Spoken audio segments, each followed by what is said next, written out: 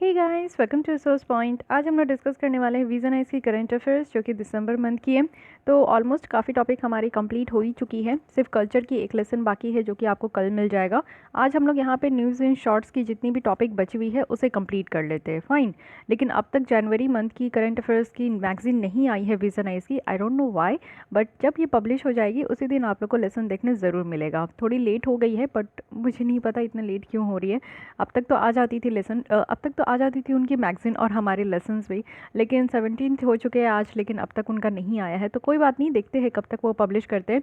और rest of the topic को आज मैं कंप्लीट करती हूँ। बाकी पूरी मैगज़ीन कंप्लीट हो गई है। आप लोग देख सकते हो हमारे चैनल को सब्सक्राइब करके प्लेलिस्ट में हर एक मंथ की आपको वीज़ा नाइस की मैगज़ीन्स यहाँ पे डिस्कशन मिल जाएगी।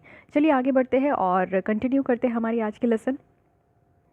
तो स्टार्ट करते हैं हम लोग अपने आज के आर्टिकल के साथ, जो कि है international blue flag hosted at 8 beaches across the country. पहले ही आप लोग को पता है कि ब्लू फ्लैग सर्टिफिकेशंस हमारे यहाँ सबसे पहले उड़ीसा की एक आइलैंड को मिला था, चंद्रभक्का बीच को। आइलैंड नहीं, वो बीच है, तो उसे पहले मिली थी, लेकिन अब 8 हमारे और बीचेस यहाँ पे सेलेक्ट हुए, तो इसके बारे में देखेंगे। सबसे पहले समझने की कोशिश कीजिए कि ये 8 बीचेस कौन कौन से हैं। केरल का है कपाड़, गुजरात का है शिवराजपुर, दीव का है घोगला, और कर्नाटक का आपको कासारकोड और पादुबिद्री देखने को मिलेगा। और ऋषिकोंडा जो कि बहुत ही फेमस है आंध्र प्रदेश की, गोल्डन जो कि गोल्डन बीच उड़ीसा की काफ़ी फेमस है, Radhanagar again Andaman and Nicobar island की सबसे फेमस आइलैंड, यहाँ पे बीच आपको देखने को मिलेगा। तो यहाँ पे आप लोग देखो कि इंडिया के द्वारा एक टारगेट सेटअप किया गया था कि ब्लू फ्लैग सर्टिफिकेशन हमारे 100 से ज़्यादा बीचेस को नेक्स्ट 3-4 ईयर्स में दिया जाना है। तो अभी टोटल हमारा जो है 8 यहाँ पे सेलेक्ट हुआ, इससे पहले 1 था, तो 9 टोटल हो चुके हैं। अब ये ब्लू फ्लैग बीच की अगर बात करें तो ये कैसे बीच होते हैं। अगर आपने बीच कभी गया है, आपने एक्सपीरियंस किया है वहाँ पे, तो ये ऐसे बीच होते हैं जो कि इको टूरिज्म मॉडल है। इट मीन्स कि आपको इन्वायरमेंट फ्रेंडली देखने को मिलेगा, एकदम क्लीन बीचेस होंगे, हाइजीनिक बाथिंग वाटर होगी, और सारी एमिनिटीज़ जो भी बेसिक फैसिलिटीज़ प्रोवाइड करनी होती है बीचेस में, जो कि एक पर्सन को चाहिए होती है, वो सारी चीज़ें आपको मिलेगी। साथ ही हमारी इन्वायरमेंट भी सेफ़ और हेल्दी आपको देखने को मिलेगा।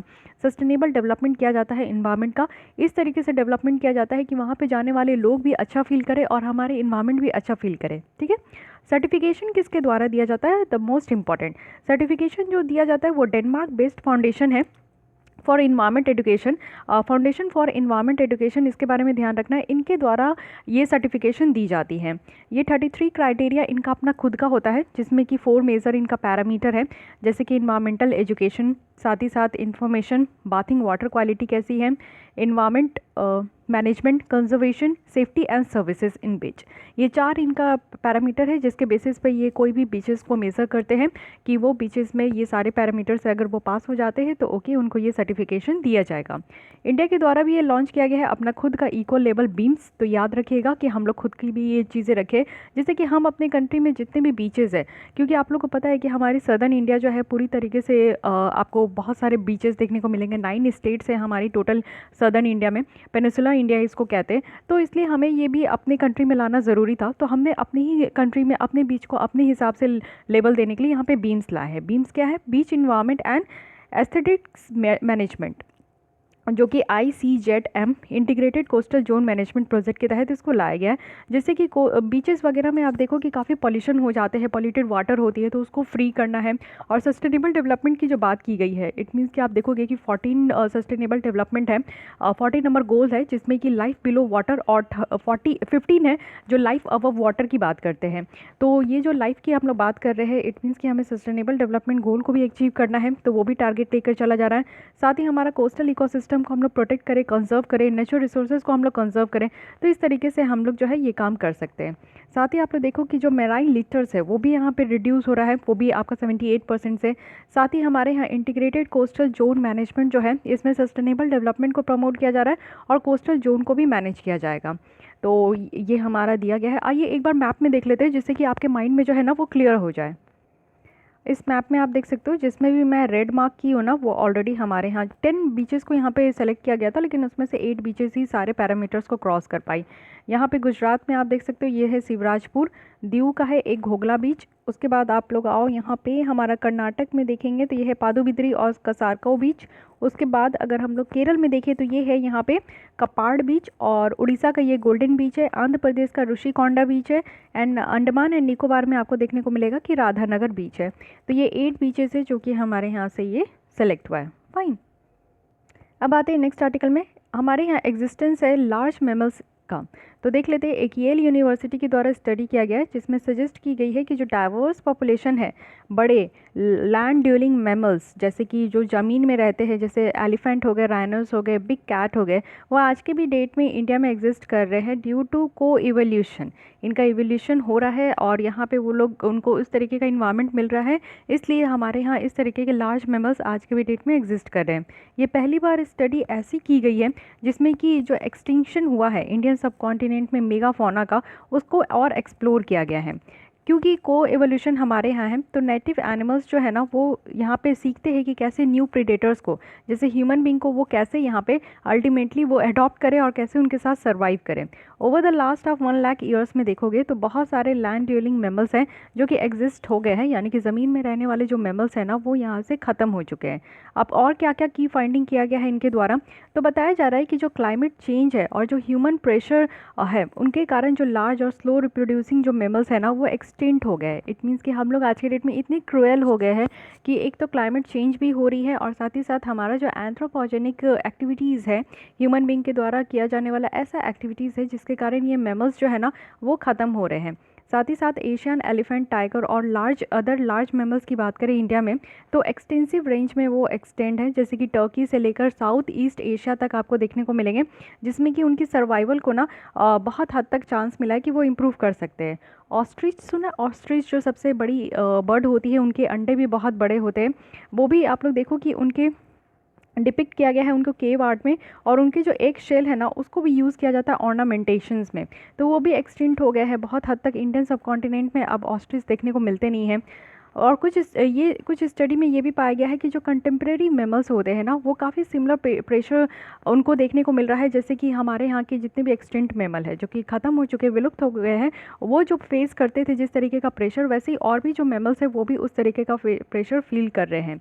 हमारे यहाँ इसमें तो यही कहा गया है कि हम बहुत ह्यूमन बींग दुष्ट हो गए, लेकिन उसके अलावा भी बहुत सारी ऐसी एक्टिविटी होती है, पॉइंट्स होती है जिनके कारण उनकी जो प्रजाति है वो ख़त्म हो रहे हैं। तो कैसे, जैसे आप देखो हंटिंग, उनको मारा जाता है, पकड़ा जाता है, और जो क्लाइमेट चेंज के कारण जो उनकी हैबिटेशन चेंज हो रही है और डेवलपमेंट के कारण जो हैबिटाट लॉस हो रहा है, वो सारी रीज़न है जिनके वजह से जो है इनकी जो पॉपुलेशन है वो एक्सटेंट हो गई है। तो ध्यान रखिएगा, कहीं पे भी इस चीज़ को एक जनरल नॉलेज के अवेयरनेस से आपको रखना चाहिए। नेक्स्ट आते हैं red list assessment of Indian grasshopper. Grasshopper आपने देखा होगा, वो जो हरे कलर की होती है। तो recently grasshopper specialist group of International Union for Conservation of जो नेचर है, IUCN, उनके द्वारा ये रेड लिस्ट असेसमेंट रखा गया है। तो red list of threatened species, यानी कि वैसे स्पेसिस जिनकी जो प्रजाति है ना वो बस 100 से 200 250 तक रह गई है, उसको आप फिंगर्स में काउंट कर सकते हो। तो यहाँ पे IUCN के द्वारा यहाँ पे रखा जाता है, वो अपना एक लिस्ट निकालते हैं जिसमें कि बताते हैं कि कौन सी स्पेसिस किस कैटेगरी में है, कितनी पॉपुलेशंस उनकी बची हुई है उस हिसाब से। तो इनके द्वारा एक नया यहाँ पे रेड लिस्ट असेसमेंट किया गया, वो भी स्पेशली ग्रास होफर में। तो ये आपसे पूछ लिया जाएगा कि कौन सी ऑर्गेनाइजेशन है जो किस तरीके का असेसमेंट कराई है, तो आपको पता होना चाहिए कि यहाँ पे IUCN है। ठीक है, ये प्रोजेक्ट स्टार्ट हुआ था नीलगिरी बायोस्फीयर रिजर्व से, जो कि 3 स्टेट में आपको देखने को मिलेगा, एक केरल है, एक कर्नाटक है, एक तमिलनाडु है। ये जो असेसमेंट है इसमें न्यू स्पीसीज जो ग्रास होफर है वो डिस्कवर किया गया है कहाँ, तो केरल की इदुक्की डिस्ट्रिक्ट में, और यहाँ पे एक नेशनल पार्क है इराविकुलन नेशनल पार्क, वहाँ पे ये डिस्कवर किया गया है। इसका सिग्निफिकेंस क्या है, इससे क्या फ़ायदा होगा? इससे ये फ़ायदा होगा कि जो ग्रास होफर की इकोसिस्टम का जो कंडीशंस था ना वो हम लोग समझ पाएंगे कि अगर ये विलुप्त हो रहा है, इसकी स्पेशीज थ्रेटेंड में है, इट मीन्स कि ये इसकी पॉपुलेशन बढ़ नहीं रही है, तो क्या रीज़न है। और साथ ही साथ ग्रास होफर्स जो है वो प्राइमरली कंसीडर किए जाते हैं एग्रीकल्चर पेस्ट, यानी कि आप लोग देखो कि जो हमारे फसल्स होते हैं वो खा जाते हैं, तो उनको हम लोग वैसे ही कंसीडर करते हैं। साथ ही ये सारे शॉर्ट्स ऑफ इन्वायरमेंट में वो सर्वाइव कर लेते हैं, एक्सेप्ट जो स्नो में ये कवर्ड नहीं रह सकते, यानी कि बर्फ़ वाले एरिया में ये नहीं रहते, बाकी और सारे एरिया में आपको देखने को मिलेगा। उनकी सर्वाइवल स्टेटस भी जो है ये एक्सप्लेन किया गया है कि जो इन्वायरमेंट है जिसमें वो रहते हैं वो बेटर तरीके से वहाँ रह सकते हैं। साथ ही आप उनके कंजर्वेशन स्टेटस को भी अपडेट किया गया है। तो जो इंडियन ग्रास होफर स्पेसीज़ है ना वो एक नेग्लेक्टेड ग्रुप है, आप लोग देखो कि इसको ज़्यादा ध्यान नहीं दिया जाता, तो इसलिए इनकी प्रजाति आज के डेट में ख़त्म हो रही है, तो कोई ध्यान ध्यान नहीं दे रहा, लेकिन IUCN यहाँ पे निकल कर आए जो रेड लिस्ट असेसमेंट कराया है ग्रासहोपर के ऊपर, याद रखिएगा। आते हैं डिजिटल ओशन के ऊपर। What is this all about? Digital ocean एक तरीके का state of art data platform है, जो कि यहाँ पे ओशन डेटा रिलेटेड जो सर्विस है ना वो यहाँ पे एक जगह पे प्रोवाइड किया जाएगा। अब इसमें क्या है, ओशन रिलेटेड डेटा, तो यहाँ पे एप्लीकेशन जो डेवलप किया जा रहा है वो यहाँ पे ऑर्गेनाइज और प्रेजेंट जो हेट्रोजीनियस ओशनोग्राफिक डेटा है वो इस तरीके का आपका प्रोवाइड किया जा रहा है। ये जो आपका डेवलप किया गया है ये Indian national centre for ocean information service की तरफ से ये आपका डेवलप किया गया है। और ये जो ऑर्गेनाइजेशन है ना ये ओशन के बारे में जितनी भी इन्फॉर्मेशन होती है वो प्रोवाइड करती है, साथ ही एडवाइजरी सर्विस भी है। इट मीन्स कि बहुत सारे जो स्टेक होल्डर्स हैं ना उनको सर्विस भी, एडवाइजरी सर्विस भी प्रोवाइड करती है, जैसे कि पोटेंशियल फिशिंग जोन कितना है, इस ओशन में कितना अच्छा खासा फिशिंग हो सकता है, या फिर ओशन में स्टेट जो फॉरकास्ट है वो भी किया जाता है, हाई वेव अलर्ट भी दिखाई जाती है, सुनामी अर्ली वार्निंग भी दी जाती है। तो इस तरीके का इन्फॉर्मेशन जो है डिफरेंट स्टेक होल्डर्स के साथ शेयर भी किया जाता है। डिजिटल ओशन होने का मतलब क्या है, क्यों इसको लाया गया है, इसका सिग्निफिकेंस क्या है? इससे क्या है ना कि डिजिटल, जब अब हम लोग हर एक चीज़ को डिजिटल कर दे रहे हैं तो इसका मतलब है कि वन स्टॉप सॉल्यूशन।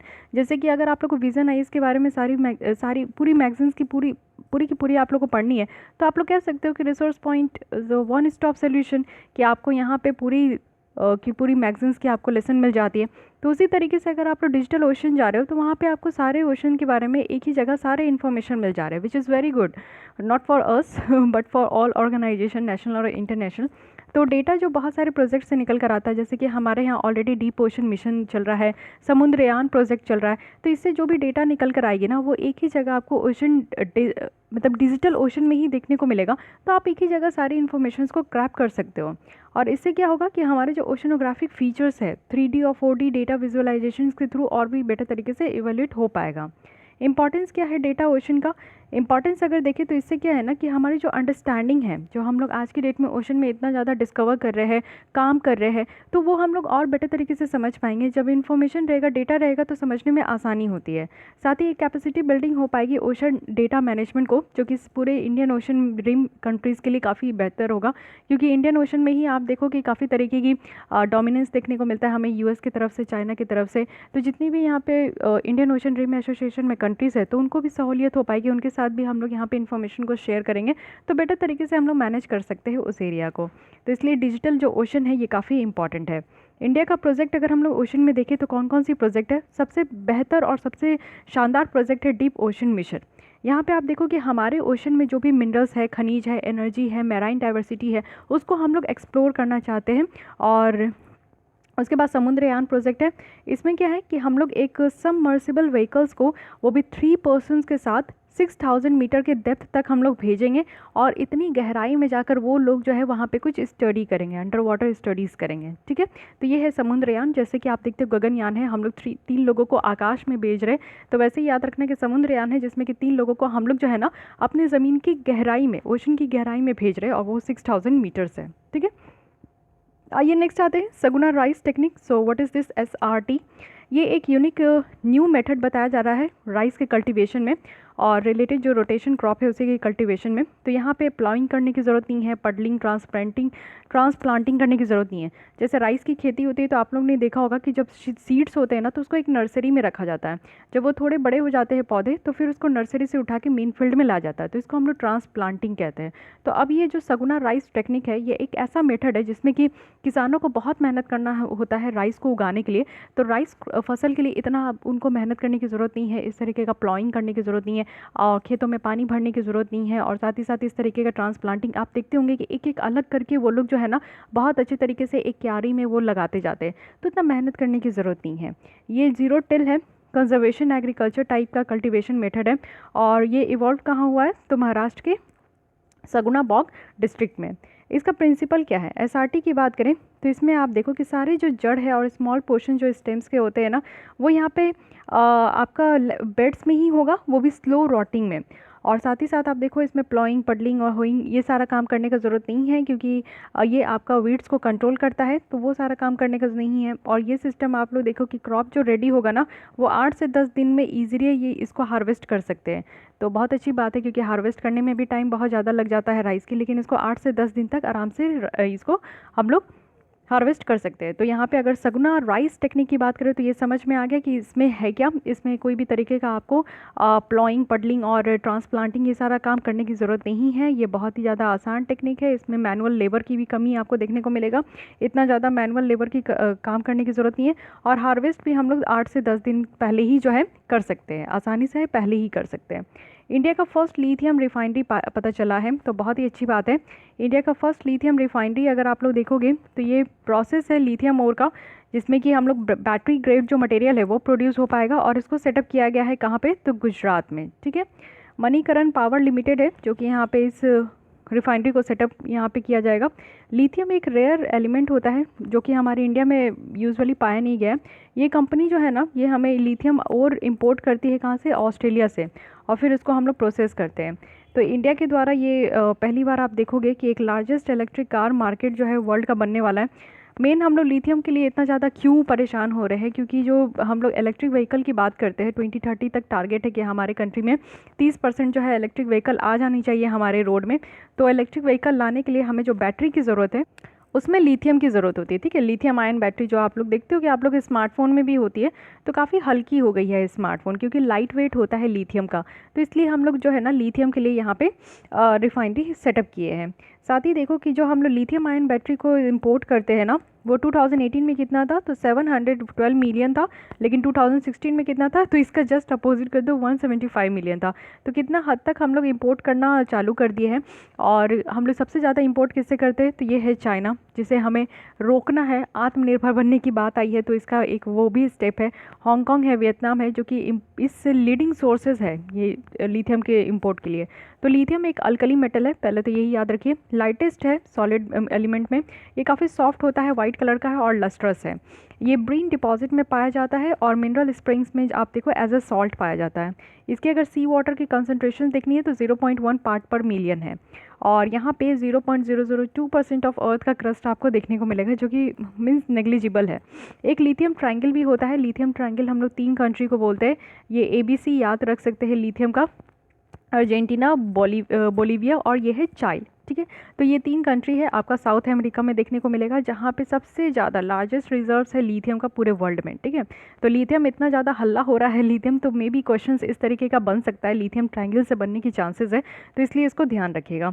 और इस पूरी तरीके से अगर आप देखोगे कि वर्ल्ड में सबसे ज़्यादा प्रोड्यूस कौन करता है लिथियम का, तो वो ऑस्ट्रेलिया करता है।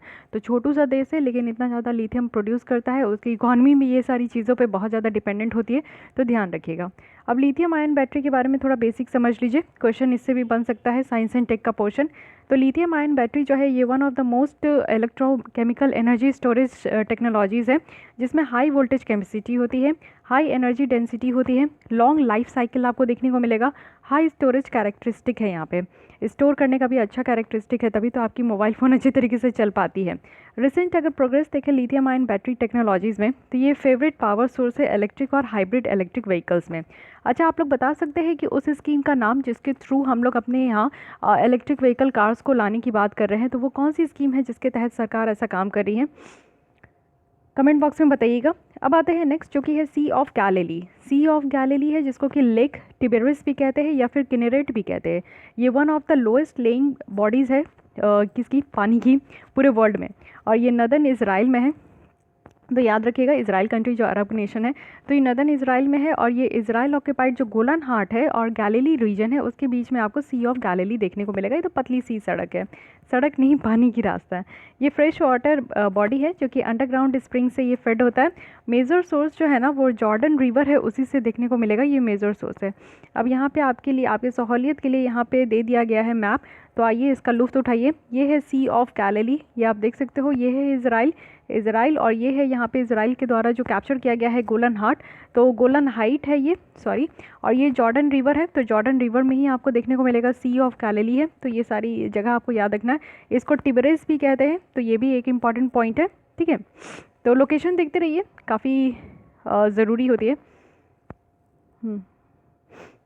हाँ, लेकिन ये चीज़ याद रखिए कि ऐसा नहीं कि यहाँ के लोग जो है ना सी ऑफ गैलीली से वाटर एक्सट्रैक्ट करते हैं। नो, वाटर एक्सट्रैक्ट नहीं करते, बट ये इंपॉर्टेंट बैरोमीटर है वाटर का, जो आज के डेट में इजराइल में आप देखने को मिलेगा। इजराइल में पानी की बहुत कमी है, लेकिन वो लोग अपनी एग्रीकल्चर को बहुत अच्छे तरीके से लेकर चलते हैं। एग्रीकल्चर क्या, पीने की पानी भी बहुत अच्छे तरीके से वो लोग मैनेज करते हैं।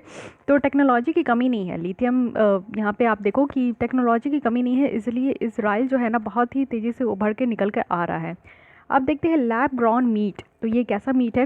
सिंगापुर की जो फूड एजेंसी है उनके द्वारा ये अप्रूव किया गया है कि अब वो लोग बेच सकते हैं लैब ग्रॉन मीट प्रोडक्ट।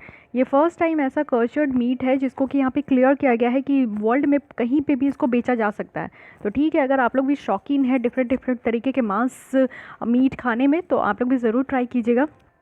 तो यहाँ पे क्या है ना कि एनिमल के स्टेम सेल्स है जो कि यहाँ पे मीट को क्रिएट किया जाता है, ना कि एनिमल्स को मार के।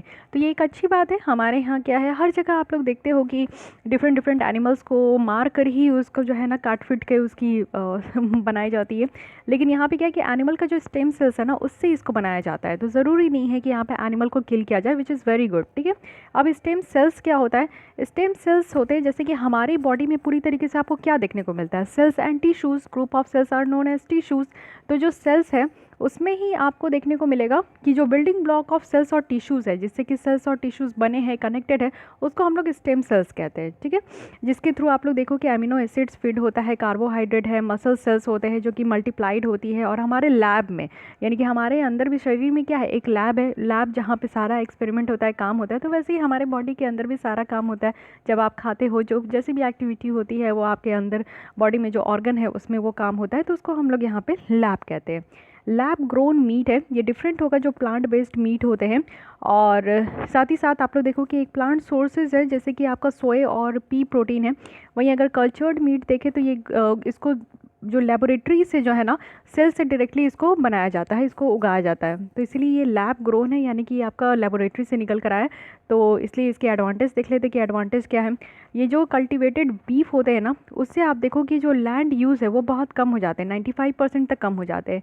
क्लाइमेट चेंज इमिशन भी 74 to 87% होते हैं।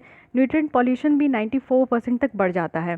साथ ही साथ आप देखो कि ये क्लीन फैसिलिटी प्रोवाइड करता है। जो रिस्क है कंटामिनेशंस का पैथोजन के द्वारा, तो ये भी कम हो गया है। अब कैसे कैसे पैथोजेंस हैं, तो सल्मेना है और आपका ई कोली है, तो ये सारे जो है ना बहुत ज़्यादा प्रेजेंट होते हैं। जैसे कि आप किसी भी जगह जाओ, जैसे कि आपका मुर्गी का जगह, मुर्गी की शॉप होती है जहाँ पे आप लोग मुर्गी वगैरह ख़रीदते हो, या फिर स्लॉटर हाउस होता है, स्लॉटर हाउस कहते हैं ना, या फिर मीट पैकिंग आपका जो फैक्ट्रीज़ होता है, उसमें बहुत तरीके के आपको पैथोजेंस देखने को मिलते हैं। क्योंकि आप लोग देखोगे कि उनके जो बॉडी पार्ट्स होते हैं जो कट के अलग होते हैं ना, उसमें बहुत ज़्यादा जो है मक्खी मच्छर वो सब घूमते रहते हैं, तो उससे बैक्टीरिया और पैथोजेंस बहुत निकल कर आते हैं, ई कोली, सैल्मोनेला। तो इसी से ना बहुत सारा जो है डिजीज़ेज़ भी निकल कर आती है, तो वो सब आपको नहीं देखने को मिलेगा। अब कोविड-19 के कारण आप लोग देखो कि बहुत ज़्यादा डर हो गया है लोगों को, क्योंकि जूनोटिक डिजीज़ था, जानवर से ह्यूमन बीइंग में आ गया। तो अब कहीं ना कहीं आप लोग भी डरते होंगे, सतर्कता बरतते होंगे कि नहीं इस तरीके से कोई भी जानवर को उठा के नहीं खा लेना है। तो इसीलिए इस चीज़ को देखते हुए ना ऐसा लैब में बनाया गया है, और अब लोग इससे डरेंगे भी नहीं, और सेफ़ भी है हमारे बॉडी के लिए। तो खुशखबरी है, जो भी नॉन वेजिटेरियन है आप लोग आराम से इसको एक्सेस कर सकते हो। तो नेक्स्ट आते हैं, चाइना का चैंगी 5 जो है वो सक्सेसफुली अर्थ के सरफेस में इंटर कर गया है। तो चैंगी 5 है, अब ये चैंगो पेंगो ये नाम भी होता है चाइना का। तो अगर आपसे पूछा जाए वन लाइनर में, या कोई स्टेट पीसीएस के एग्जाम दे रहे हो, तो बहुत ही फ्रिक्वेंटली पूछ लिया जाता है। तो चैंगी 5 याद रखना है कि ये चैंगी चुंगू जो है ना, ये चाइना का ही होता है। तो रिसेंटली आप देखो कि return to Earth loaded with moons rock, यानी कि जो आप देखो कि यहाँ पे मून्स के जो पत्थर वगैरह थे ना उसको लेकर आए हैं। First since the Soviet union Luna जो है 24 मिशंस ये 1976 में गया था। उसके बाद अभी चैंगी 5 गया है। तो चाइना यहाँ पे थर्ड कंट्री हो गया है जो कि ल्यूनार सैंपल लेकर आया है चांद के सरफेस से मून के सरफेस से। यूएस और रशिया इसके पहले गया था, अब यहाँ पे चाइना है। तो चैंगी 5 मिशंस जो है 2 किलोग्राम ऑफ मटेरियल को कलेक्ट किया गया है। कहाँ से? तो मॉन्स रूमकर से, उसके नॉर्थ में, जिसका नाम ये आप देख सकते हो, ये सब इसके साइंटिफिक नेम है। चैंगी 5 जो है सिर्फ ऐसा नहीं है कि सैंपल रिटर्न मिशंस है, इसके अलावा इसलिए ऐसा मत समझिएगा कि सिर्फ ऑन गोइंग सैंपल रिटर्न है, गया और लेकर वहाँ के सैंपल्स को लेकर आ गया, ऐसा नहीं है। जापान का हायाबुसा मिशन भी है, जो कि आप देखो कि return a lander from space to the continent of Australia, ये भी 2020 में। और साथ ही साथ मोस्ट रिसेंटली तो आप नासा को ओसिरिस रेक्स तो जानते ही हो, जो कि यहाँ पे एस्ट्रॉइड बेनू, जो एस्ट्रॉइड बेनू है ना, उससे सैंपल लेकर आया है। तो ऐसा नहीं है कि चैंगी 5 सिर्फ ओनली है, ऐसा जापान का हायाबुसा भी है जो भी सैंपल लेकर आया है, और नासा का ओसिरिस रेक्स है जो कि एस्ट्रॉइड बेनू से सैंपल लेकर आया है। ठीक है, अब आते हैं हमारा भी देख लीजिए। ऐसा नहीं है कि वो लोग चांद पे जा रहे हैं और आकाश में स्पेस में जा रहे हैं तो हम लोग पीछे हैं। हमारा भी एक यहाँ पे लॉन्च किया है, हमारे जो इसरो है उनके द्वारा भी लॉन्च किया गया है। ये कंट्री का 42nd कम्युनिकेशन सैटेलाइट है जिसको कि CMS-01 कहा गया है। CMS-01 जो है इसमें सर्विस प्रोवाइड किया जाएगा, वो भी एक्सटेंडेड सी बैंड से। साथ ही साथ आप देखो कि कवरेज जो होगा ना वो इंडियन का मेनलैंड तो होगा, उसके अलावा हमारी जो दोनों आइलैंड है, अंडमान निकोबार और लक्षद्वीप आइलैंड, ये सबको कवर करेगा।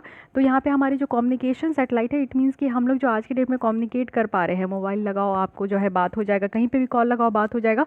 तो इस तरीके का हमारा काफ़ी सैटेलाइट जो है स्पेस में है। तो उसमें से एक सैटेलाइट अभी भेजा गया है जिससे कि हम लोग बेटर तरीके से, आप लोग देखो अंडमान या फिर लक्षद्वीप चले जाते हो तो वहाँ पे कनेक्टिविटी की बहुत प्रॉब्लम होती है, वहाँ पे आपको मोबाइल में नेटवर्क नहीं मिलेगा। कुछ जगहों पे है, कुछ आइलैंड में तो बिल्कुल ज़ीरो बटा सन्नाटा है। तो इसलिए अब हर एक कोने कोने में वहाँ पे नेटवर्क मिले, लोग जाते हैं घूमने के लिए, क्योंकि टूरिस्ट पर्पस से अगर आप ऐसा जगह घूमने जाओ जहाँ आप लोगों से, दोस्तों से बात ही नहीं कर पाओ, घर वालों से बात नहीं कर पाओ, तो थोड़ा सा चिंता का विषय बन जाता है। बट ये नहीं होने वाला है अब ऐसा, आप घूमो मौज मस्ती के साथ। अब क्या है कि सैटेलाइट कम्युनिकेशन से यहाँ पे कम्युनिकेशन सैटेलाइट भेजा ही गया है तो कोई प्रॉब्लम नहीं है। New series of communication satellite है इंडिया के द्वारा, जो कि पहले ये GSAT था, फिर इनसैट आया, अब CMS-01 है। ठीक है, 01 इसलिए दिया गया ना क्योंकि इसरो के जो K-Sivan है चेयरमैन, उनके द्वारा कहा गया है कि अब इसके आगे भी बहुत सारे सैटेलाइट आएंगे इस रेंज में, तो इसलिए 01 है। आगे आते हैं और ये है first potential radio signal from exoplanet. What is exoplanet? देखिए हमारा एक सोलर सिस्टम है बाकायदा, ठीक है। सोलर सिस्टम में आपको टोटल 8 प्लानट देखने को मिलते हैं। इसके अंदर तो आपको बहुत सारे जो है छोटे छोटे पत्थर जो है वो घूमते रहते हैं, जिसको हम लोग एस्ट्रॉइड वगैरह भी कहते हैं।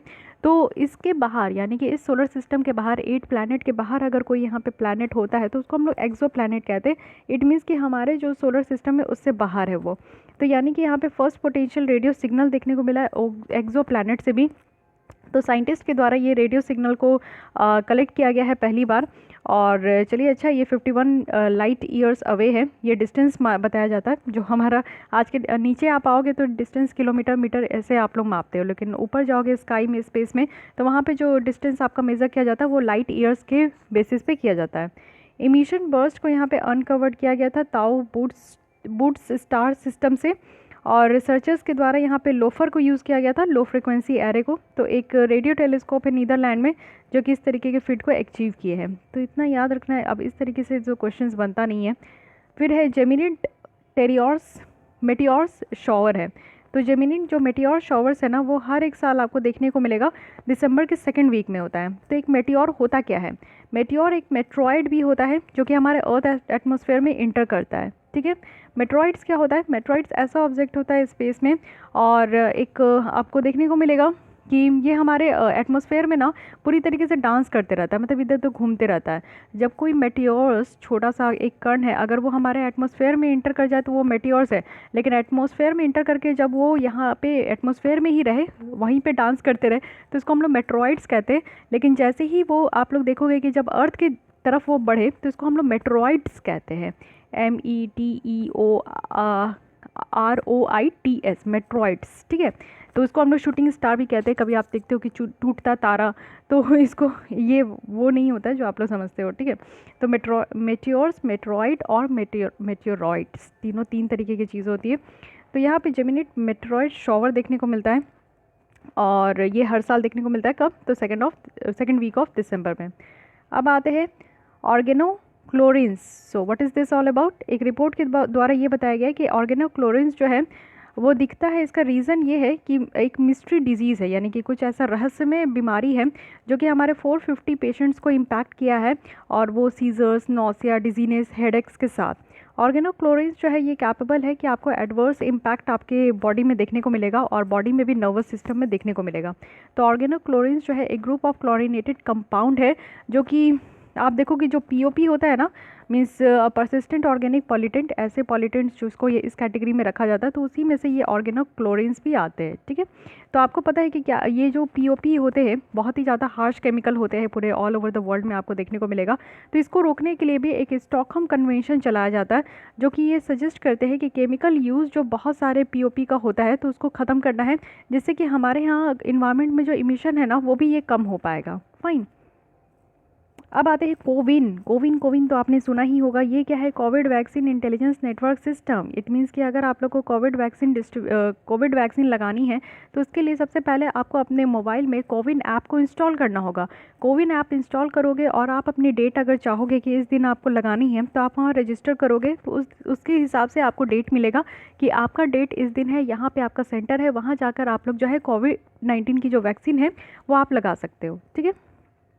यूनिवर्सल इम्यूनाइजेशन प्रोग्राम है जो कि यहाँ पे वैक्सीन इंटेलिजेंस सिस्टम्स को यूज़ करी है, जिसको कि ई-विन कहते हैं। इसके अंदर जो यूज़ हो रहा है ये इलेक्ट्रॉनिक वैक्सीन इंटेलिजेंस नेटवर्क को यूज़ किया जा रहा है, ठीक है।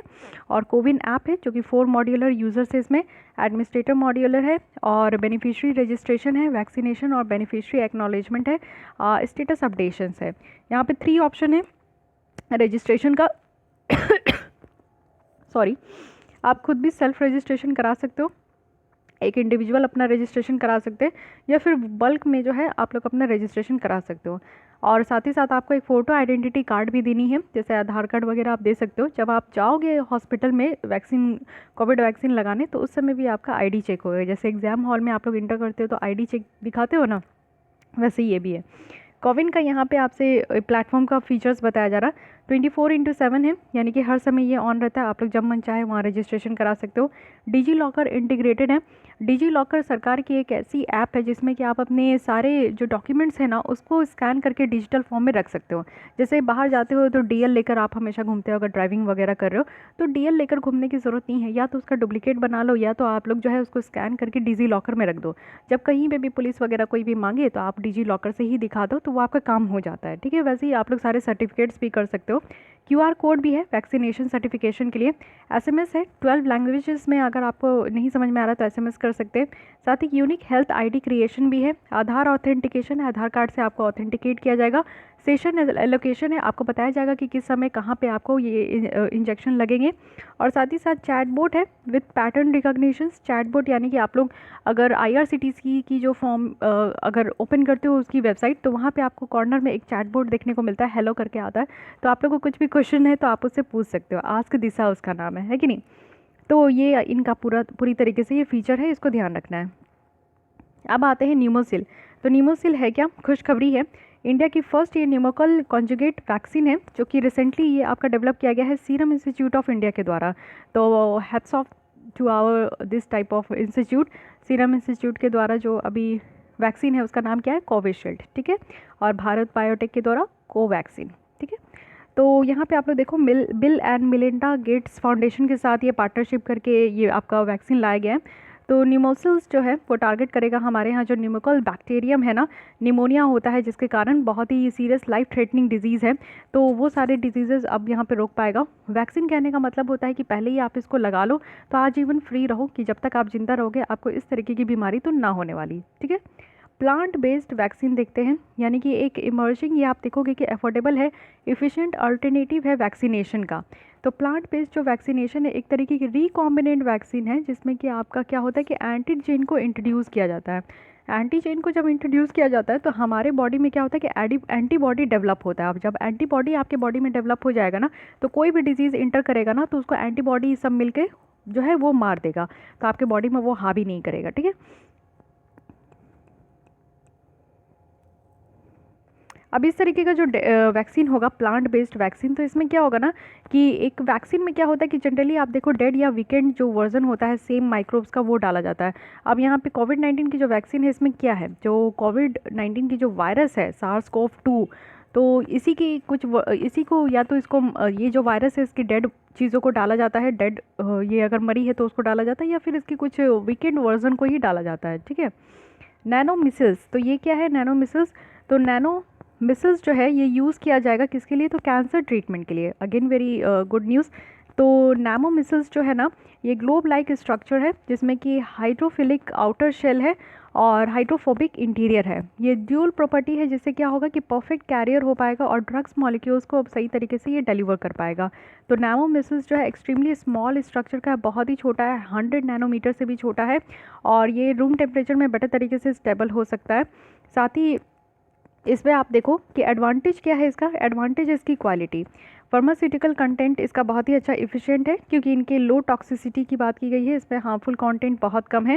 एबिलिटी है कि जो ड्रग डिग्रेडेशन उसको मिनिमाइज़ किया जाएगा, और परमिएट टिश्यूज़ जो है वो ईजिली यहाँ पे सही तरीके से हो पाएगा, और जो एडवर्स ड्रग साइड इफ़ेक्ट है वो यहाँ पे कम है। कोई भी आप दवा वगैरह लेते हो, मेडिसिन वगैरह, तो उसका कहीं ना कहीं साइड इफ़ेक्ट आपको देखने को मिलेगा, वो चीज़ें इसमें कम आपको देखने को मिलेगी। फाइन, आते हैं next, recognition scheme for hygiene rating audit agency. तो ये स्कीम है जिसको कि QCI के द्वारा यहाँ पे आपका होस्ट किया गया है, और ये है FSSAI इनके साथ यहाँ पे मिलके किया गया है। ये लॉन्च किया गया है हाइजीन रेटिंग के लिए, यानी कि कितना साफ़ सफाई है। और यहाँ पे क्या होगा ना कि ये जो ऑर्गेनाइजेशन है ये रिस्पॉन्सिबल है कि देखेंगे कि फूड हाइजीन और सेफ्टी कितने अच्छे तरीके से चल रहा है। फूड हाइजीन जो रेटिंग स्कीम है ना, इसको लॉन्च किया गया था 2019 में। ये एक सर्टिफिकेशन सिस्टम है, फूड बिजनेसमैन को यहाँ पे दिया जाएगा। तो फूड बिजनेस जो है ना, उनको उनके जो फूड हाइजीन और सेफ्टी की जो कंडीशन है उसको देखते हुए उनकी रेटिंग यहाँ पे दी जाएगी। ठीक है, तो सिग्निफिकेंस क्या है, इससे बेटर है कि कंज्यूमर को एक अच्छा खासा साफ़ सुथरा फूड मिलेगा, और कंज्यूमर के आगे ये डिसीजन होगा कि आप किस तरीके का खाना चाहिए। जब आप कोई भी पैकेट फूड या फिर कोई भी फूड खरीदते हो, तो उसमें आपको रेटिंग मिल जाएगी देखने को, कि कहीं से भी आप जाकर खा रहे हो होटल रेस्टोरेंट में, तो आपको रेटिंग दिख जाएगा कि अच्छा ये 5 रेटिंग है, इट मीन्स कि वेरी बेटर, यहाँ पे आपका हाइजीन और सेफ्टी वगैरह लिया जाता है। लेकिन अगर 1 रेटिंग है तो आप समझ सकते हो कि वहाँ पे साफ़ सफाई का ध्यान नहीं दिया जाता। तो वैसे जगह खाकर आप बीमारी को ना इनवाइट करें, तो ये इसमें कंज्यूमर को बहुत ज़्यादा फ़ायदा हो जाएगा। साथ ही फूड बिजनेस को भी ये इनकरेज होगा कि वो साफ़ सफाई पे ज़्यादा ध्यान दें, नहीं तो गंदे संदे करते हैं वो लोग बहुत ज़्यादा, तो इसलिए दोनों की तरफ से अच्छा हो जाएगा। अब ये QCI एक ऑर्गेनाइजेशन है, इसके बारे में आपको पता होना चाहिए। ये है क्वालिटी काउंसिल ऑफ इंडिया। इसकी सेटअप जो है 1997 में हुई थी सेंट्रल गवर्नमेंट के द्वारा। और साथ ही साथ यहाँ पे आप देखो कि एक ऑटोनोमस बॉडी है जो कि काम करते हैं हमारे DPIIT के तहत, department for promotion of industry and internal trade, ministry of commerce and industry. इनका काम है कि अच्छे तरीके से जो नाक है, यानी कि नेशनल एक्रेडिटेशन जो स्कीम है, इसको ऑपरेट करना, एक्रेडिटेशन प्रोवाइड करना एजुकेशन के फील्ड में, हेल्थ एंड क्वालिटी प्रमोट करनी है। जो QCI के चेयरमैन है ना, वो यहाँ पे प्राइम मिनिस्टर के द्वारा अपॉइंट किए जाते हैं, और किसके रिकमेंडेशन में, तो यहाँ पे गवर्नमेंट के रिकमेंडेशन पे। ठीक है, अब आते हैं यहाँ पे बात किया जा रहा है, एक सेकेंड, ओके, अभी और भी है इंडिया का जो वर्क प्लेस क्वालिटी इंडेक्स है, इसको लॉन्च किया गया है। तो यहाँ पे आप देखो कि भारत का ये पहला ऐसा कॉम्प्रिहेंसिव बेंचमार्क टूल है जिसमें कि जो LGBT है ना, यानी कि यहाँ पे lesbian, gay, bi and trans जो यहाँ पे होते हैं, ये लोग की वर्क प्लेस में किस तरीके से उनका प्रोग्रेस हो रहा है, इसको मेज़र करने के लिए रखा गया है India work place quality index, इसको लॉन्च किया गया है। ठीक है, इस इंडेक्स में आप देखो कि यहाँ पे केशव सूरी फाउंडेशन जो है ना, वो यहाँ पे फिक्की के साथ, UK के साथ और यहाँ पे प्राइड सर्कल के साथ मिलकर पार्टनरशिप कर रहे हैं। इंडेक्स को जो बनाया गया है वो स्टोन वॉल वर्क प्लेस जो क्वालिटी इंडेक्स है उसके एक्सपर्टीज़ के साथ इसको मिलके बनाया गया है, और लॉन्च किया गया था 2005 में ही। इंडेक्स में कुछ चीज़ें मेज़र की जाती है, टोटल 9 एरिया है कि यहाँ पे पॉलिसीज़ कैसी है, बेनिफिट कितना मिल रहा है LGBT को, और एम्प्लॉय लाइफ साइकिल क्या है, नेटवर्क कितना है, सारी चीज़ें यहाँ पे देखी जाती है। साथ ही हमारे यहाँ जो कानून है transgender person protection of right act 2019, तो यहाँ पे क्या है कि रोका गया है सरकार को, साथ ही साथ प्राइवेट पर्सन्स को भी, कि अनफेयर डिस्क्रिमिनेट नहीं करना है। इट मीन्स कि कहीं पे भी अगर जॉब कर रहे हैं कोई नॉर्मल पीपल काम कर रहे हैं या ट्रांसजेंडर पीपल काम कर रहे हैं, तो उनके बीच में किसी भी तरीके का ना डिस्क्रिमिनेशन नहीं होना चाहिए। ठीक है, तो ये कानून लाया गया था हमारे कंट्री में, transgender people protection of rights act 2019, याद रखना है। अब आते हैं next, new policy on school bag 2020। बहुत ही बेटर चीज़ है। अब छोटे छोटे बच्चों को आप देखोगे कि बड़े बड़े बैग लेकर वो लोग जाते हैं, तो स्कूल बैग जो है ना वो मोर देन 10% से ज़्यादा उसका वेट नहीं होना चाहिए। और कब तक, तो 1st से 10th क्लास के बच्चों के लिए, और प्री प्राइमरी के जो बच्चे होते हैं ना उनके लिए तो कोई बैग होना ही नहीं चाहिए, बस बच्चे जाए उठ के और वहीं बैठ के वो पढ़ाई करें। यहाँ पे मैक्सिमम होमवर्क टाइम सजेस्ट किया गया है बच्चों के लिए जो डिफरेंट क्लास के होते हैं, और educate good quality mid day meal की बात की गई है, और पानी जो पीते हैं बच्चे स्कूल में वो बिल्कुल पोर्टेबल और बिल्कुल सेफ़ हो। साथ ही जो हर एक टेक्स्ट बुक का यहाँ पे वेट है ना उसको भी यहाँ पे printed on them by publisher, यानी कि उसको भी यहाँ पे आप देखो कि हर एक टेक्स्ट बुक का कितना वेट है वो भी लिखा जाएगा। अभी तक तो सिर्फ आपका प्राइस लिखा जाता था, उसके बगल में वेट भी लिखा जाएगा। तो अच्छी बात है, बच्चों की जो बोझ है उसको कम करने की कोशिश की जा रही है। नेक्स्ट है post matric scholarship to student belonging to schedule caste. ठीक है, अब मैट्रिक के बाद जो है जो शेड्यूल कास्ट के बच्चे हैं उनको यहाँ पे स्कॉलरशिप देने की बात की जा रही है। फिनेंशियल असिस्टेंस होगा शेड्यूल कास्ट के बच्चे की और ज़्यादा पढ़े और आगे जाके अच्छे तरीके से काम करे। और ये सेंट्रली स्पॉन्सर्ड स्कीम है। इट मीन्स कि आप देखो कि यहाँ पे सेंट्रल गवर्नमेंट और जो स्टेट गवर्नमेंट है वो दोनों मिलकर यहाँ पे फंडिंग करेंगे। रिसेंटली चेंजेस क्या हुआ है यानी कि इनके द्वारा, तो ये आप देखो कि ऑनलाइन प्लेटफॉर्म में ये रन हो रहे हैं। सेंट्रल शेयर जो है 60% है और ये सेंट्रल जो असिस्टेंट है ये आपका इंक्रीज़ किया गया है 5 टाइम्स, यानी कि आप लोग देखो कि 2021 से 2026 तक जो है ये 5 गुना ज़्यादा ये आपका बढ़ाया गया है सेंट्रल असिस्टेंस। अब देखते हैं स्ट्रिक हॉक कल्चर, तो ये कैसा कल्चर है। तो सिंगापुर का पॉपुलर और वाइब्रेंट स्ट्रिक हॉक कल्चर है जिसको डेजिग्नेट किया गया है इंटेंजिबल कल्चर हेरिटेज, जो कि यूनेस्को के अंदर आता है। अब यूनेस्को के अंदर 2 आपका लिस्ट होता है, टेंजिबल और इनटेंजिबल। तो टेंजिबल में वो सारे यहाँ पे हेरिटेज आते हैं जो कि हम लोग देख सकते हैं, आंखों से छू सकते हैं, हाथों से छू सकते हैं, आंखों से देख सकते हैं। मैं भी उल्टा ही बोल रही हूँ, है कि नहीं। तो जैसे आप देखते हो ताजमहल वगैरह, कोई भी मॉन्यूमेंट्स वगैरह आप देखते हो तो यूनेस्को में जब उसको इंक्लूड किया जाता है तो वो टेंजिबल के कैटेगरी में होता है। जब इनटेंजिबल के कैटेगरी में इंक्लूड किया गया इट मीन्स कि उसे हम हाथ से छू नहीं सकते बट हाँ फील कर सकते हैं, इंजॉय कर सकते हैं। तो कल्चर वगैरह आप छू सकते हो क्या, कहीं टच कर सकते हो? नहीं, कल्चर को क्या करते हो आप, फील करते हो, इंजॉय करते हो। तो इसको इनटेंजिबल कल्चर हेरिटेज में इंक्लूड किया गया।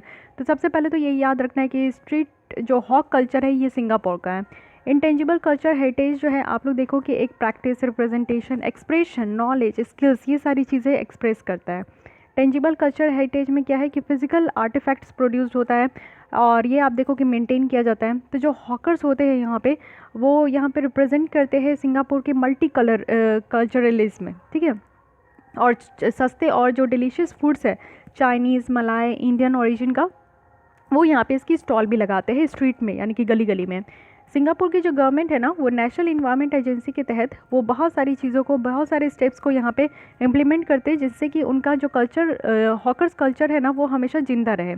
साथ ही आप लोग देखो कि यहाँ पे ICH फ्रॉम इंडिया में देखें तो उसको भी इंस्क्राइब किया गया है यूनेस्को की रिप्रेजेंटेशन लिस्ट में। तो क्या क्या है, वैदिक चैंटिंग है, रामलीला है हमारा, ट्रेडिशनल अगर परफॉर्मेंस रामायण का देखें तो वो है, कुटियाट्टम है, संस्कृत थिएटर है, रमन है, मुडियट्टू है, कलबेलिया है, ये फॉक सॉन्ग और डांस है राजस्थान का, छाऊ डांस है, बुद्धिस्ट चैंटिंग है लद्दाख का, और संकीर्तन है, रिचुअल सिंगिंग है। तो ये सारी चीज़ें जो कि आप देखोगे कि हमारे इंडिया का है।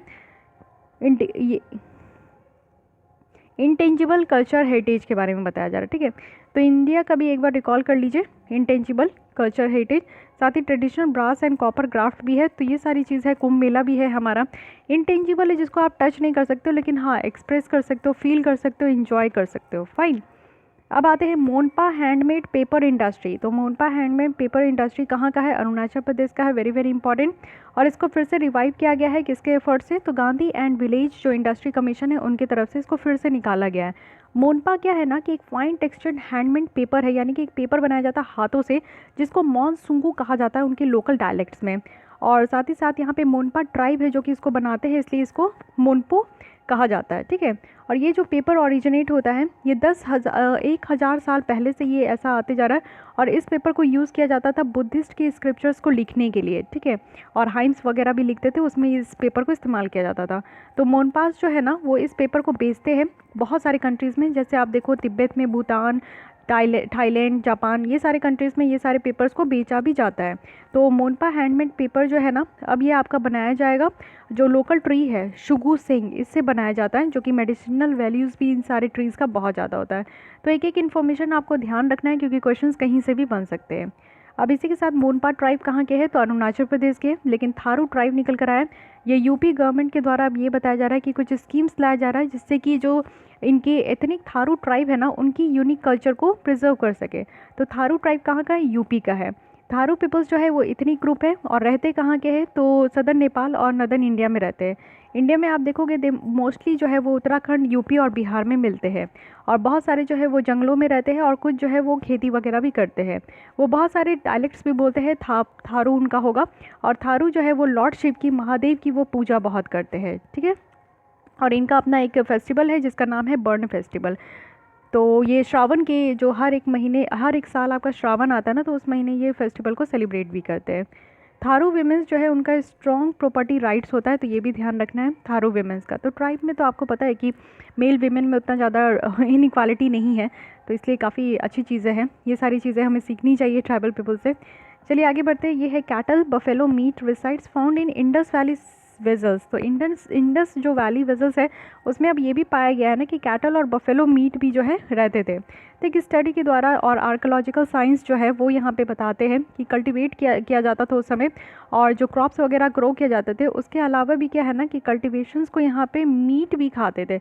यानी कि जैसे ये तो पता नहीं चला था बट अब ये पता चला है, तो इसको ध्यान रखिएगा, ठीक है। अब आते हैं नेक्स्ट, ये है कंसोर्शिया फॉर मेडिसिनल प्लांट। तो कंसोर्शिया है, ये ध्यान रखना है। नेशनल मेडिसिनल प्लांट बोर्ड जो है उनके द्वारा कंसोर्शिया को यहाँ पे लॉन्च किया गया है, और ये क्वालिटी प्लांटिंग मटेरियल है रिसर्च और डेवलपमेंट के लिए, और मेडिसिनल प्लांट के ट्रेड और कल्टीवेशन के लिए भी। शीट टू शेल्फ अप्रोच है जिसको कि इंट्रोड्यूस किया गया है, और इसमें जो फार्मर्स और मैन्युफैक्चरर्स हैं उनको लिंक किया जाएगा, और क्वालिटी प्लांट मटेरियल यहाँ पे आपका प्रोड्यूस किया जाएगा। फर्स्ट फेज़ में क्या है कि कंसोर्शिया को यहाँ पे प्रपोज किया गया है मेडिसिनल प्लांट स्पीसीज़ के लिए। तो आप देख सकते हो अश्वगंधा जो कि काफ़ी इसका हेल्थ बेनिफिट होता है, सतावी भी है, पिपली भी है। तो ये सारे कुछ नाम हैं जिसमें कि मेडिसिनल प्लांट का इस्तेमाल होता है। अब क्या है कि कैबिनेट के द्वारा यहाँ पे जो 4 फिल्म मीडिया यूनिट है उसको मर्ज करने की बात की गई है, वो भी किसके साथ, तो नेशनल फिल्म डेवलपमेंट कॉरपोरेशन के साथ। तो NFDC है, एक सेंट्रल पब्लिक सेक्टर अंडरटेकिंग है। इसकी इस्टेब्लिशमेंट कब हुई थी, 1975 में। प्राइमरी ऑब्जेक्ट क्या है कि यहाँ पे ऑर्गेनाइज करना है, प्लान करना है, प्रमोट करना है इंडियन जो फिल्म इंडस्ट्री है उसको। लेकिन अदर जो है उसको किसको किसको मर्ज किया जा रहा है, तो सबसे पहला फिल्म डिवीज़न को मर्ज किया जाएगा, दूसरा है कि चिल्ड्रन फिल्म सोसाइटी को, और तीसरा है कि national film archives of India को, and fourth one is directorate of film festival को। तो ये चारों को मर्ज किया जा रहा है। थोड़ा थोड़ा आप लोग को पता होना चाहिए फिल्म डिवीज़न क्या है। फिल्म डिवीज़न है जहाँ पे आपका डॉक्यूमेंट्री को प्रोड्यूस किया जाता है, कुछ न्यू मैगजीन्स यहाँ पे पब्लिश होते हैं। चिल्ड्रन फिल्म सोसाइटी क्या है कि यहाँ पे स्पेसिफिक ऑब्जेक्ट क्या होता है कि बच्चे और जो यंग पीपल है ना उनको वैल्यू बेस्ड इंटरटेनमेंट प्रोवाइड करना है। National film archives of India क्या है कि यहाँ पे आपका ऑब्जेक्टिव होता है कि कैसे इंडियन जो सिनेमेटिक्स हेरिटेज है उसको प्रिजर्व करे। डायरेक्टरेट ऑफ फिल्म फेस्टिवल क्या है कि यहाँ पे जो इंडियन फिल्म्स है उसको प्रमोट करना और कल्चर एक्सचेंज करना, ठीक है। तो इससे बेनिफिट क्या हो रहा है, क्यों इसको मर्ज किया गया, तो इससे बेनिफिट होगा कि हमारा जो इंडियन सिनेमा है ना वो बैलेंस्ड होगा और उसकी डेवलपमेंट अच्छे तरीके से हो पाएगी। ये इसलिए लाया गया है क्योंकि आप लोग देखो कि OTT प्लेटफॉर्म बहुत बढ़ते जा रहा है, बच्चों की कंसेंट बढ़ते जा रही है, एनिमेशंस बहुत आ रहे हैं, छोटे छोटे शॉर्ट मूवीज़ और डॉक्यूमेंट्रीज बहुत आ रहे हैं। तो इसलिए सबके बीच में एक अच्छा खासा बैलेंस बनाया जाए, इसलिए इस तरीके का जो है प्रावधान लाया गया है। बेटर और इफिशिएंट यूटिलाइजेशन होनी चाहिए जो भी इंफ्रास्ट्रक्चर और मैन पावर है। साथ ही जो डुप्लीकेशंस है एक्टिविटीज़ का उसको कम करना है। जैसे आप देखो कि कुछ ऐसे टॉपिक्स होते हैं जो कि आप लोग वेब सीरीज़ में भी देखोगे, वो ऑलरेडी किसी मूवी में दर्शाया गया था, या फिर यूट्यूब में भी जो शॉर्ट मूवीज़ आते हैं उसमें भी आपको देखने को मिलेंगे। तो चीज़ें जो है और जो आपकी जो कंटेंट है वो आपका रिपीट हो रहा है, तो ये रिपीटेशन और डुप्लीकेट भी हो रहा है, एक दूसरे का कंटेंट सब चोरी कर रहे हैं, तो वो नहीं होगा। इसलिए इसको इस तरीके से मर्ज करने से ये फ़ायदा है, ठीक है। आते हैं last topic of the day, last topic of this magazine. India votes to reclassify cannabis. अब कैनबीज है, इंडिया के द्वारा वोट किया गया है जो कि मेजोरिटी वो यूनाइटेड नेशन में कि कैनबीज और कैनबीज रेजिन्स को जो है मोस्ट डेंजरस सब्सटेंस की लिस्ट से हटा दिया जाना चाहिए। जो हमारा यहाँ पे सिंगल कन्वेंशन और नारकोटिक ड्रग्स है ना उसके स्केड्यूल 4 में रखा गया है, जो कि स्केड्यूल 4 कहता है कि मोस्ट डेंजरस सब्सटेंस को, तो मोस्ट डेंजरस सब्सटेंस में कैनबीज को इंक्लूड किया गया था, बट इंडिया के द्वारा ये वोट किया गया है कि प्लीज़ इसको हटा दीजिए यूनाइटेड नेशन से। यूनाइटेड नेशंस में ये वोट किया गया है। कन्वेंशन जो है वो अलाउ करता है कि हम लोग ट्रैफिकिंग नारकोटिक्स में, marijuana में, कोकीन में, कोको लीफ में, तो इसमें हम लोग इसको कंट्रोल कर पाएंगे। यूनाइटेड नेशन कमीशन और नारकोटिक ड्रग्स जो है उनके द्वारा ये डिसीजन लिया गया है, जिससे कि अब क्या होगा ना कि कैनबीज को रेगुलेट करने में इसके तरीके में चेंजेस आएंगे। अगर हम लोग अपने यहाँ के जो NDPS एक्ट है, नेशनल इंडिया का जो नारकोटिक ड्रग्स एंड साइकोट्रॉपिक जो सब्सटेंस है, इसमें रखा गया है कि जो कैनबीज का यूज़ है या फिर इसका प्रोडक्शन, मैन्युफैक्चर, पोजीशन, सेल या परचेज़ या ट्रांसपोर्ट करना ये एक पनिशेबल ऑफेंस है, ठीक है। तो कैनबिस आप लोग नहीं रख सकते हो, जिसको हम लोग मैरिजुआना भी कहते हैं। तो उसको ना ही उसके प्लांट घर पे रख सकते हो, ना ही उसको बेच सकते हो, ना ही उसको ट्रांसपोर्ट कर सकते हो, ना ही उसका यूज़ कर सकते हो। ये एक पनिशेबल ऑफेंस है, ये एक अपराध है। आपको इसमें जुर्म जरूर मीन्स आपको यहाँ पे जो है ना पनिश किया जाएगा, ये ध्यान रखना है, ठीक है। तो गाइज़ हमारे यहाँ पे जो भी टॉपिक्स थी सब कंप्लीट हो गई है। कल आपको एक कल्चर का लेक्चर ज़रूर मिल जाएगा। और साथ ही साथ मैं तो भूल ही गई कि विज़न आईएएस की जो टेस्ट सीरीज़ है वो आपकी लॉन्च हो चुकी है, लेकिन स्टार्ट कब से होगा, तो 21 फेब से होगा। तो आप लोग ज्वाइन कर सकते हो उसको। और आप लोग को ज्वाइन करने के लिए तो पता ही है कि बस ईमेल आईडी कीजिए risikacs77@gmail.com। इसमें आप लोग मेल कर सकते हो। उसके बाद फर्दर आपको बताया जाएगा। इस बार आपको 2 तरीके का प्लान है। एक तो प्लान है कि आप लोग से विज़न आईएएस की टेस्ट सीरीज जो कि 20 टेस्ट आपको मिलेंगे जीएस के, 4 टेस्ट आप लोग को सीसैट के मिलेंगे। और ये लास्ट ऑफ मई तक ये आपका कंप्लीट हो जाएगा। 21 फेब से स्टार्ट होगा। तो एवरी संडे मार्च तक, और उसके बाद आपको संडे वेंसडे आपको मिलेगी, ये आपको पूरी लेसन मिलेगी, जिसमें कि विज़न आईएएस के 100 क्वेश्चंस को मैं अच्छे तरीके से एक्सप्लेन करके और आपको बताऊंगी। जो ग्रुप चलेगा वो एज़ यूजुअल हमारा टेलीग्राम में ही चलेगा, जैसे कि मेंस का और प्रीवियस ईयर भी आपका प्रीलिम्स में चला था। तो उसी तरीके से चलेगा। आप लोग यहाँ पे परचेज़ कर सकते हो। पहले आप लोग मेल कीजिए। अगर आप लोग इंटरेस्टेड हो इसको ज्वाइन करने के लिए तो आप लोग ज़रूर ज्वाइन कर सकते हो। आपका क्लास जल्दी स्टार्ट हो जाएगा। तो चलिए इतनी बातें रही आप लोग के लिए। अगर आपको ये लेसन अच्छी लगती है तो लाइक कीजिए, अपने दोस्तों के साथ भी शेयर कर सकते हैं। फिर भी कोई डाउट, कोई सजेशन है तो आप लोग कमेंट कीजिए। एंड मेक श्योर कि आपने हमारे चैनल को सब्सक्राइब कर लिया है। Thank you.